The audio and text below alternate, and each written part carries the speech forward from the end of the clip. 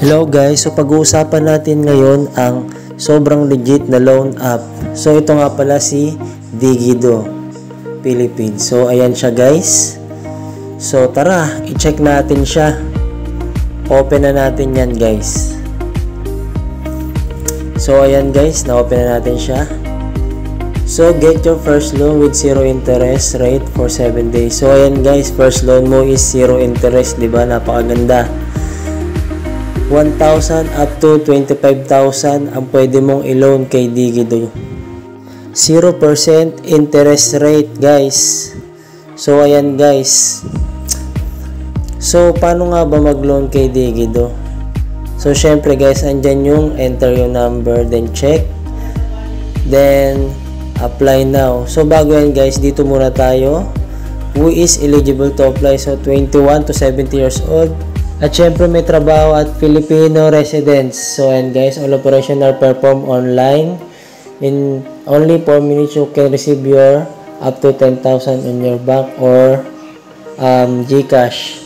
We don't require guarantors. The service is fully automated. So guys, once na okay yung mga document na sinend nyo, automatic guys, ma-approve kayo sa loan na in-applyan ninyo. So ayan guys, meron silang 3, 4, 5, 6 loan term. So 1,000 to 25,000 ang loan amount na inyong maloloan. So ayan guys, so 0% interest for your first loan. So ayan guys, pipili tayo ng kung magkano ang ating ilo-loan. So ayan guys, susubukan natin. So try natin sa gawin natin 4,500 guys. So ayan guys. So paano nga ba mag-apply? So, ilagay natin ang ating number. So, ayan. Yung terms and condition, check. Then, ayan guys, antayin nyo yung OTP. Then, magme-message sila sa inyo. So, ilagay nyo lang yung OTP code na isi-send nila. So, ayan, wait lang natin. Loading. So, ayan, agreement. Kung okay sa'yo, then, mag-proceed tayo guys. So, ayan. Kung agree ka is, i-click mo lang yang I agree.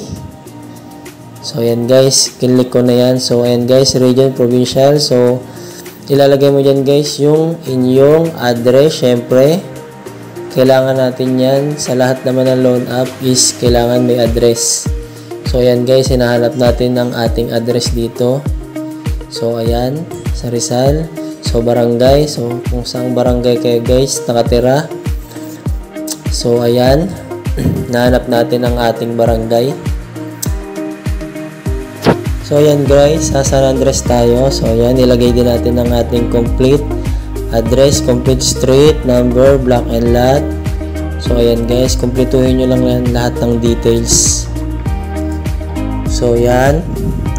Then, after nyan guys, i-click nyo lang yung next step. So, ayan guys, hintayin lang natin. So, ayan, i-click na po natin yung next step. So, ayan, kung anong work mo, ilalagay mo dyan. So, company name, kung anong company name. So, ilagay nyo guys. So, ayan guys. After nyo naman nilagay ang inyong company name, syempre, doon naman tayo sa company phone number.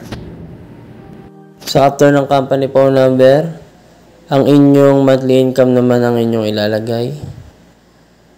So, after ng inyong monthly income, yung inyong relatives, ilalagay nyo dyan. Kung wife, husband, yan. Auntie, uncle, kung son, kung may anak na kayo, so ilalagay nyo yung name. Then, ilalagay nyo rin yung phone number. So, ayan, nag-check ako sa aking contacts ng aking ilalagay na referral. So, ayan. So, dito nga pala guys is maglalagay ka ng referral 1, then yung iyong referral 2. So, ayan guys. Reference, then reference 2.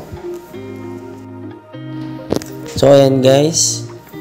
So, reference 1 and reference 2 lang naman ang ilalagyan nyo dyan guys. So, mamili lang kayo ng dalawang mapagkakatiwalaan.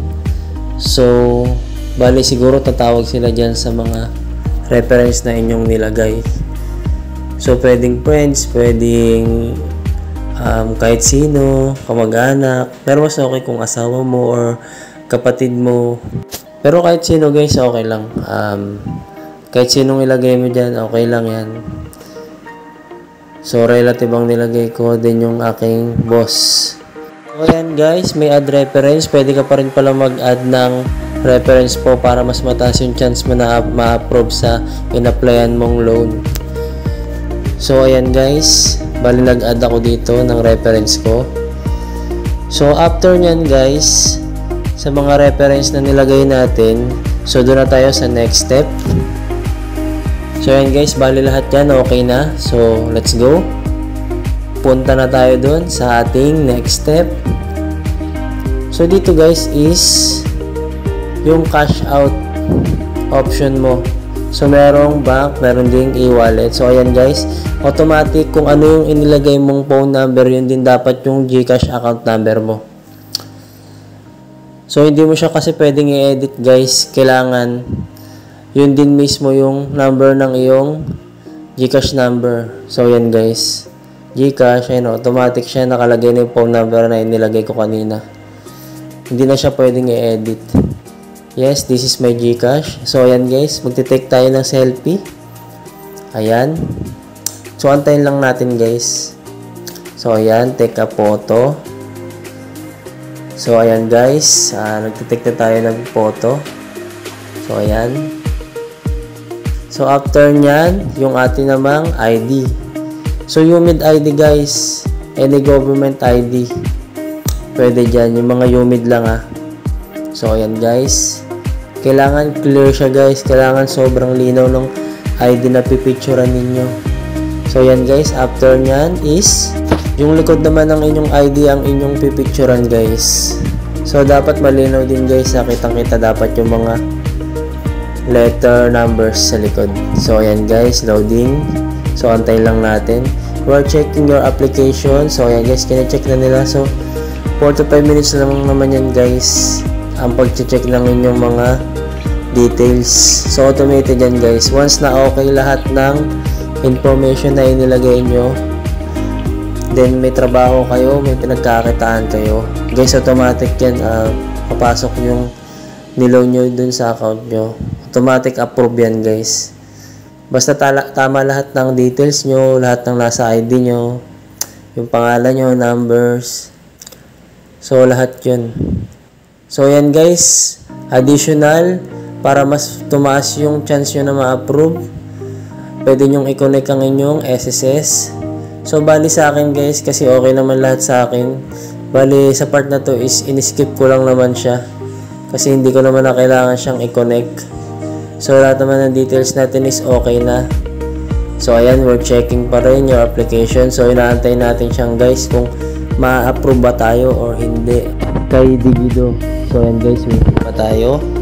So, after ilang minutes nga guys, ito na, dumating na.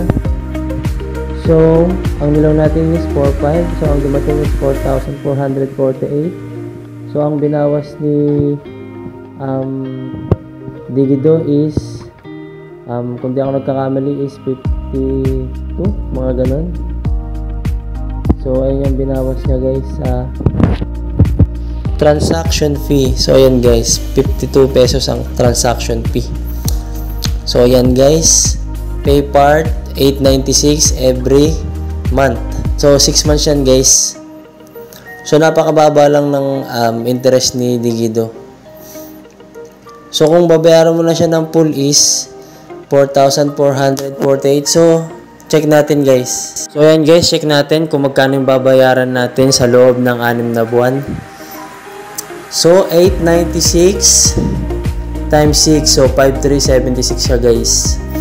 So, 5,376 minus 4,500. So, 876 guys. Tapos yung transaction fee plus 52.